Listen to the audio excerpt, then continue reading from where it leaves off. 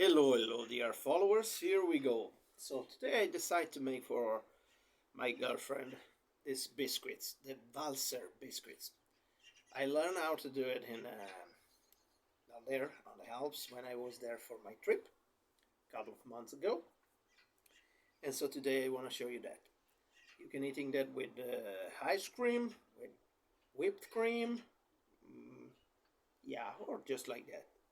Easy. Or you can put some sugar on top, honey, it's up to you. So stay tuned, stay put. Very soon I publish other videos. I have to work on it. Sorry, I'm a bit busy in this period. And remember, stay alive, stay alive.